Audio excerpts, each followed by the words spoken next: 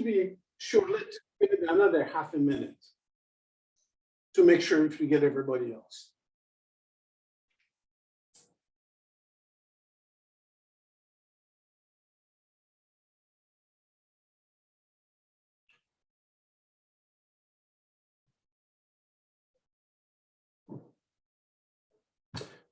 All right, so we are half a minute past 12 o'clock.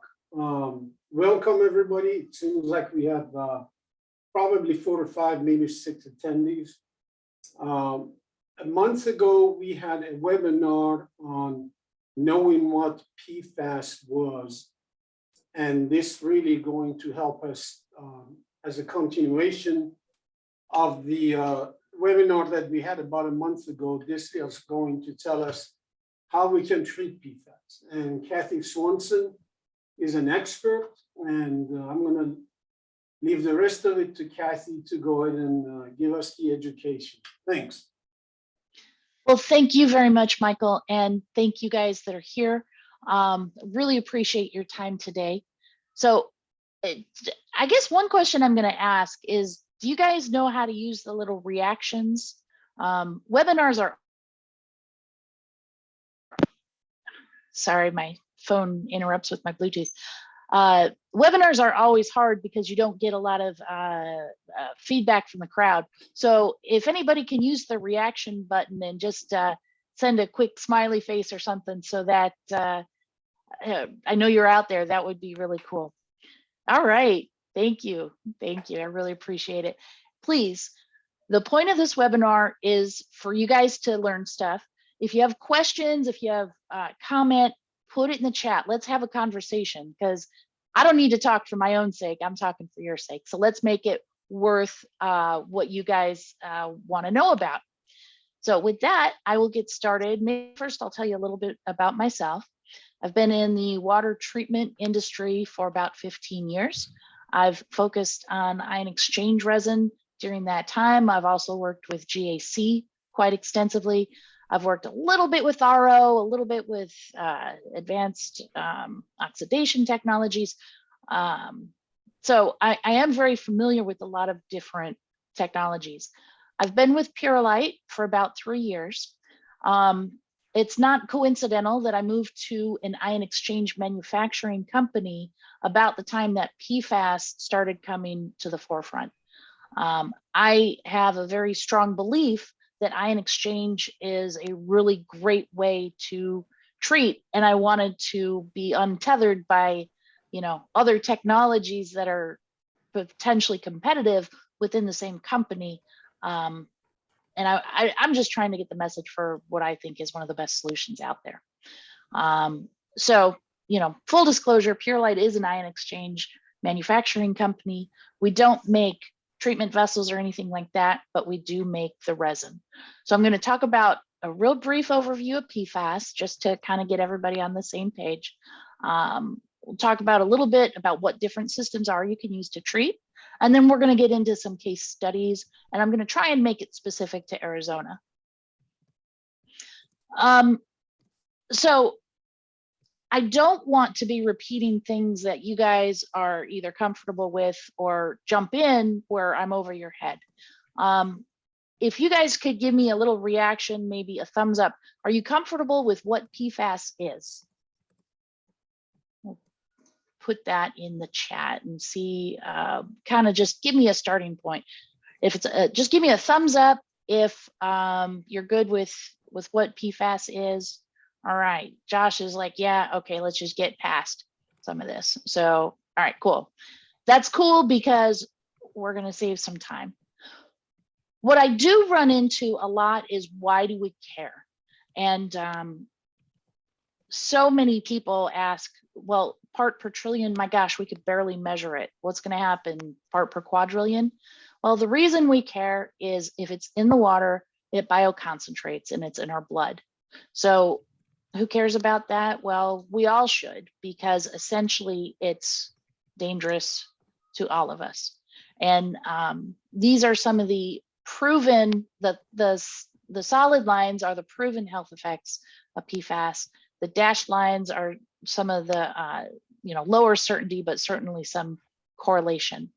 for different issues. So that's why we look at it and we try and get it out of all the different pathways to humans. The guidances have been getting less and less over, they're getting lower and lower over time, and more PFAS. Hawaii currently has health guidance levels for 18 different PFAS. California actually has 3 different ones now. The EPA, as you guys are aware, are going to be, increasing the number of PFAS that they're monitoring in the next uncontaminated monitoring rule. So that's coming up. The current guidelines in Arizona follow the EPA. And I have seen lower levels, like Tucson water has their own kind of set of guidelines that they follow.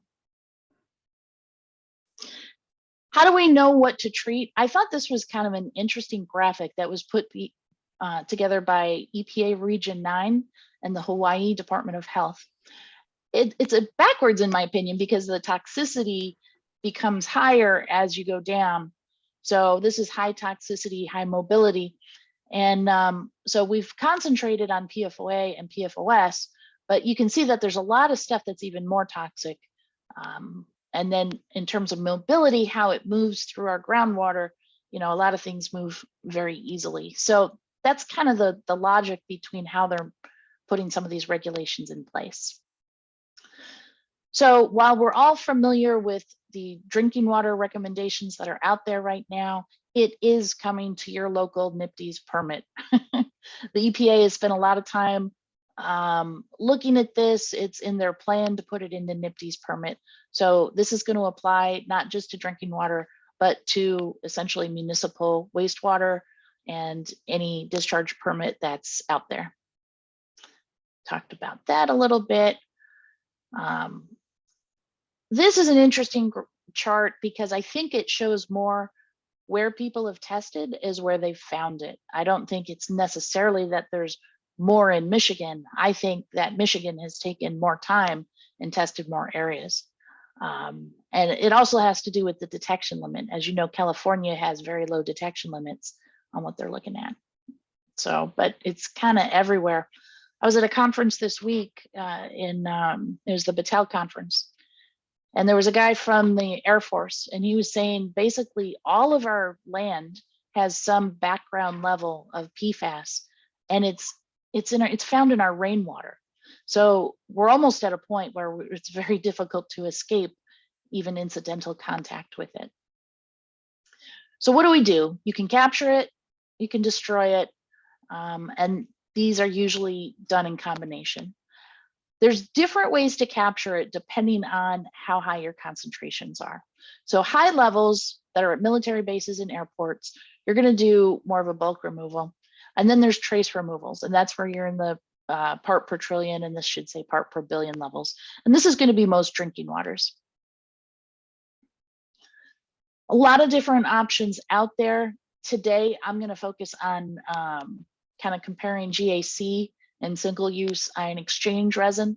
Regenerable resin and foam fractionation are very effective, but they're probably more for higher concentrations. Membrane filtration, while effective, it has a very large waste stream. And I didn't have that slide there, but it's also very expensive. It's about 10 times more expensive than carbon or resin. So when we look at granular activated carbon, the minimum contact time is 10 minutes. I've heard that there's a major carbon company out there recommending 15-minute empty bed contact time now.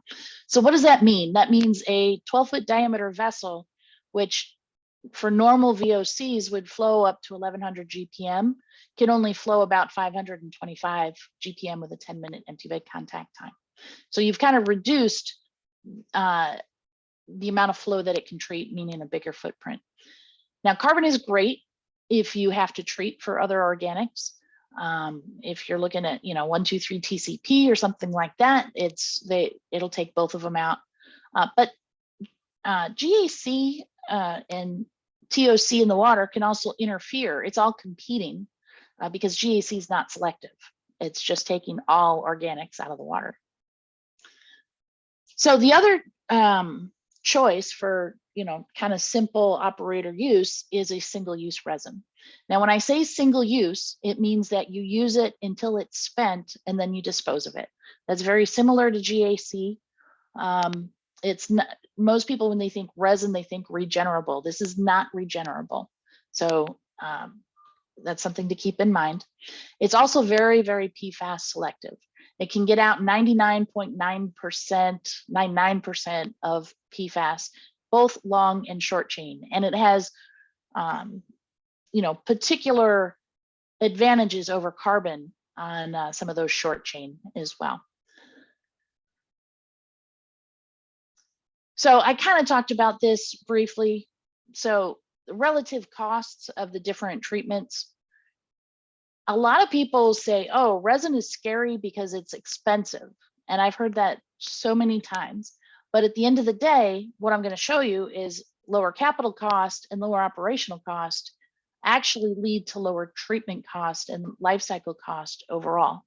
So now there is some overlap, and that, why is there overlap? It really depends on your background water chemistry. And here's where it shows, the typical cost of RO. So not to get too much into the chemistry, but any kind of PFAS is basically a carbon chain with the fluorides and this ionic head. This is what makes it soluble in water. So the way that GAC works is it diffuses into the system, and that's why it takes a long time, because it has to work its way into the pores. The way that ion exchange works, it's kind of like, and this is just the way my mind thinks, but it's kind of like these little magnets. And so it's a very fast attraction and a very strong attraction. The other, you have a dual mechanism going on. So you have that very fast kinetics, but then you have the like, right? The long carbon chain interacts with the resin bead and it holds it very tightly. And that's why you have such high selectivity for PFAS. So the things in the water that affect throughput are your background anions: nitrate, sulfate, chloride, alkalinity, and TOC. At the same time, the resin is way more selective for any of the PFAS than it is compared to these background inorganics. But the problem is, nitrate, sulfate, these are in the water 1,000,000 times more. They're in ppm. PFAS is part per trillion. So at the end of the day, the PFAS takes up maybe 1% of the bead, and the throughput is really driven by these other things in the water. So I'm just putting this up there to define what a bed volume is.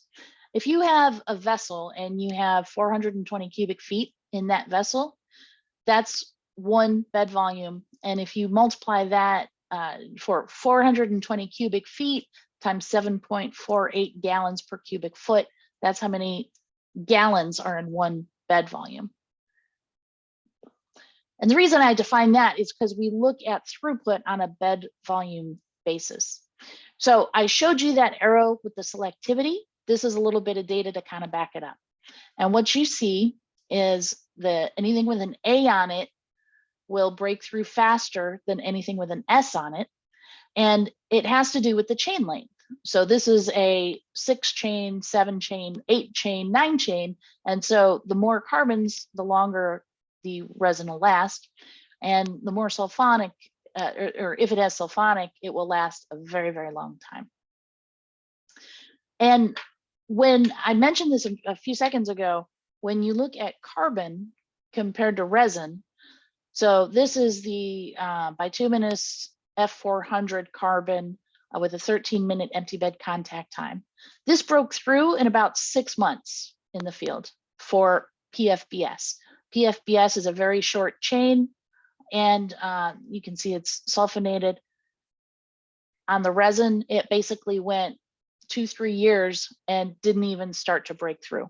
So, you don't want to just design for today's regulations. You want to design for tomorrow's as well. So that's just something to keep in mind. And I kind of talked about this, that PFAS is only a little bit of what's on the bead. It's all the other anions driving that throughput. So this is essentially what a system looks like. Water goes in, it comes out clean. There's no waste stream. And then when the resin is spent, you would send the lead bed to either landfill or incineration. There are other ways of disposal. We're looking at things like supercritical water oxidation that can destroy both the resin and the PFAS. So then this vessel will get filled up with virgin resin. The previous lag will become the lead, and this will become your polish vessel. This is what the resin looks like.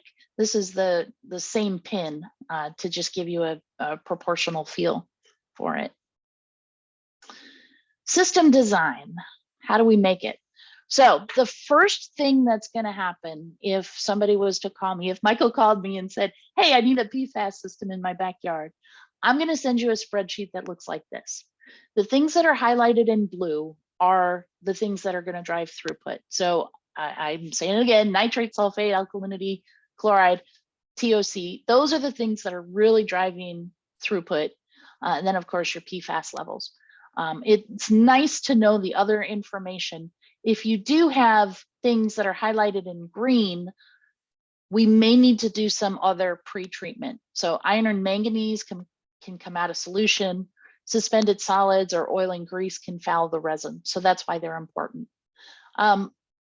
Perchlorate is just something, it's not real common, but it can compete for capacity because it is taken up onto the PFAS resin. Once you send me this data, once you fill in that chart, we can model how long the resin is going to last. And that means that you can really do your O&M cost very quickly with that data. And this is one example. I've got dozens of them. The dashed line is the predicted. The dotted lines are the actual. And you do see a little bit of variation because your influent levels aren't always perfectly flat, but the correlation is just amazing. Now, when it comes to drinking water specifically, we will even provide throughput guarantees for how long the resin will last. So I kind of mentioned in the pictures before that you have a lead lag configuration. This is what that looks like. And the reason that we do that is that you can get a lot more throughput out of your resin if you look at a lead lag. So while the lead bed is starting to load and break through in this particular example, the lag bed is still at non-detect. That gives you an extra 80% capacity and reduces your operating cost by 45%. And we can even model how long it's going to last when the lag bed is put into the lead bed. So in this model, what we're looking at, so the virgin lead bed has a longer throughput than the subsequent lead beds. And then your lag bed, some people use lag bed as your criteria, has, your virgin lag has a longer throughput than subsequent ones. So we can model all of that. So this is a site in Southern California that we modeled. This is just basically looking at the lead beds. And we're looking at all the different PFAS that are in that particular water. So pre-treatment, I've talked about that just slightly. If you have suspended solids, that's probably the biggest thing that you need to treat for. TOC, VOC, really, they won't affect the resin. Oxidants, oil and grease, iron, manganese, all of those things will affect performance. And so you'll have to have some sort of pre-treatment, kind of regardless of what technology you're using. I do have a design brochure. This is available on our website, or if you would like, I can email this to you or put the link in the chat at the end of the call. But this is what we would design a system off of, and it's all basically on the hydraulics. Linear velocity is one of the most important things, and that's the flow rate in which water passes over a certain area. And it's really important because what we really want is plug flow through the entire resin bed. If we go too low of a flow, you can get channeling. And if you go too high, it'll basically make a hole in the resin. And Either way, it doesn't work very well. We also want to see a minimum bed depth of 3 feet, and that's because we have a mass transfer zone. And so, you imagine the resin is picking up the contaminant at the top of the bed, and it stretches over time. Now, just imagine if you were to backwash at this point. So I'm still, non-detect here, but if I backwashed, that whole thing would be green. So that's something to keep in mind. This is a picture of a resin bed that was backwashed, and you can see that you've got the dirt here that there's a clean resin here. That's one of their septa where they backwashed, and it's clean there. They've got dirt around the edges where it didn't backwash as well. So if you imagine that instead of dirt that was PFAS, if this is clean at the top, it means it's dirty at the bottom. So you're going to essentially shortchange your vessel if you backwash. That is why we need really, really good pre-filtration. Empty bed contact time is the amount of time it takes to go from the top to the bottom of the vessel. You need enough contact time to establish that mass transfer zone. This is just a little comparison. This is a 350 GPM system looking at what ion exchange looks like compared to GAC. So these are 4-foot diameter vessels for the ion exchange and 8-foot tall. These are 10-foot diameter vessels and 20-foot tall for the GAC. This was a site that was in Colorado, and they ended up going with the 4-foot diameter vessels because it was so much smaller. They were able to move the vessels around. It was in a place where it snowed, and so they didn't have time to build a building. So they were able to use it in the summer when they needed the well, move the vessels to a storage facility in the winter, build their building, and then put them back online. With the GAC, they couldn't move a 10-foot diameter, 20-foot tall vessel filled with 20,000 pounds of carbon. And the other thing is, it's a much bigger footprint, not just from the vessels, but you also need a backwash tank. You don't backwash the ion exchange, so you don't need to worry about that. A couple other things, I kind of talked about how GAC kind of takes up all organics. And so because it's not selective, it will push off other things that are collected. So it can collect nitrate, it can collect, sometimes GAC comes with arsenic on it, and it can slough off higher than the influent concentration. That's been shown in Fresno, it's been shown in Colorado. Ion exchange does not do that. It is more selective for other things than nitrate. So it's more selective for nitrate than sulfate, so it won't push the nitrate off. The other thing is GAC will slough PFAS. If you have, this is data from Calgon. Essentially, this is this one here is PFBA, so the shortest of the chains. As the longer chains are loading, it's pushing off the PFBA higher than the influent. And that same effect is for every single one of these PFAS. TOC or carbon tetrachloride, anything in the water can make this effect happen. So it's just something that the carbon people don't talk about a lot, but I think, as water treaters, we need to know that. We can do accelerated piloting. There are some companies that do rapid small scale column tests if you want to move from the model to the next step. Let's see. We can model with shorter bed depths, and if you can model at a short bed depth and show that you can accurately predict it, then essentially at full bed depth, we know that it's going to work just as well. So this is a example of where we modeled 1 minute empty bed contact time. That orange line was the actual data, which is unbelievable correlation. They say most models are wrong, but most are, but some are useful. The correlation that we have is extremely useful. This is an RSSET study that was done by no, this is covering where it was. You guys can probably read that. I think it was Carollo. And what they showed is that in this RCT study that GAC had 2 to 3 months of bed life, and the resin had 25 months of bed life. This is another site that was done in Colorado with Brown and Caldwell. You can see that you didn't get any PFOS between the 694. This is another competitive PFAS resin. And you can see the 694 outperforms the other resin for PFOA removal. Case studies. So Ion Exchange has essentially become a best available technology. This is a slurry truck. This is often how those large systems are loaded. So this is a site that I think is near and dear to Michael's heart. It was at Valley Water Utilities, or Valley Utilities Water, outside of the Luke Air Force Base. And they had very high levels of PFAS.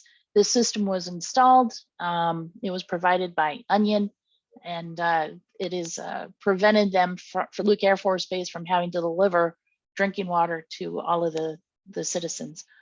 This was installed August of 2021. It's still running. It's still running at non-detect. So Michael, you can be assured that your drinking water is well taken care of. This is another site in Arizona. This is the ADEQ Central Tucson PFAS pilot project. You can see us loading over here. We're loading, instead of a slurry truck, it was a super sack load. So the PFAS came from the Davis-Monthan Air Force Base. It started up in December 2021, and it's running pretty well. I might skip ahead a little bit just because I know I'm pushing on the time. I want to get to lessons learned. Let's see. Stormwater treatment, key takeaways. So starting and stopping the system, you want to make sure that water is ramped up and ramped down. One of the nice things about ion exchange resin is you can idle it. If you're going to idle it for weeks, essentially you drain all the water out, you flush it at full flow, and your back T samples should come back clean. I mentioned that site in Colorado at 350 GPM, where he took the vessels, put them in a warehouse, and then put them back into service. Well, that's what he did. He just flushed it and it came back clean. Lessons learned, resin protection. I have had so many sites and their issues are they get dirt in the top. Once you get dirt in the top, you start getting preferential flow. Preferential flow, you get the path of least resistance, and suddenly all your resin is on the side of the vessel and the water is going straight through. So really having those good pre-filters in front will really improve the life of your media. So this is just a unfortunate example of dirt where it does not belong. And it's hard to see, but the resin is actually coming up the side of the vessel. So this is a picture of us doing a resin exchange. So that's essentially what it would look like. You've got the slurry truck, an air compressor, and it's moved just by air and water pressure. Things that you want to monitor: flow totalizer, and pressure. And then of course, you're monitoring your PFAS and your background in organics. These are the things I've already said them, but it's worth repeating. Avoid oxidants, avoid water hammer, avoid solids, avoid surfactants, oils, and avoid backwashing. So I probably took more time than I should have, but that's where we are. Do we have any questions?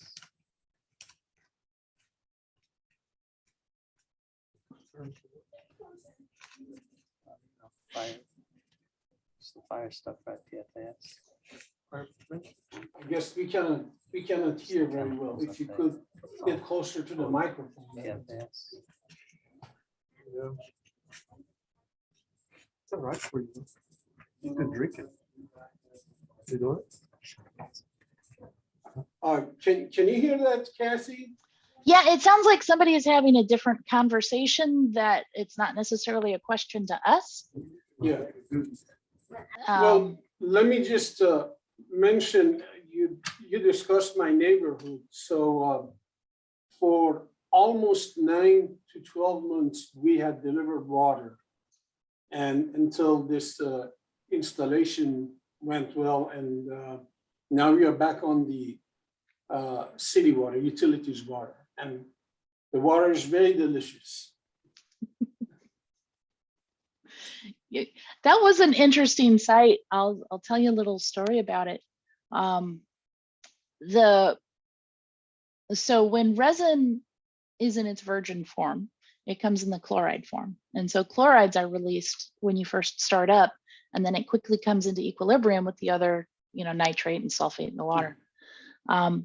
We do have a buffered resin because with some of the background inorganics in your water, it would have taken 2 weeks of flushing before they could have come to that equilibrium. So for that particular site, we use the buffered resin, and the pH and everything came out of the vessel from the very first drop right at the right pH. So it saved 2 weeks worth of waste that they didn't have to get rid of. So. Do you know where the installation is so we can go in and take a look at it? Where is it exactly? I don't know. I can find out for you though. I'll follow up. That would be great. Yeah. I have not been there, but yeah, I was pretty deeply involved at the time. I mean, it was kind of a COVID time, so there wasn't a lot of travel, but. All right, so let's see if there are any other questions. And please feel free to put them in the chat or come off of mute, show your camera, whatever you want to do. Or maybe give a little, thumbs up or something that you're still there.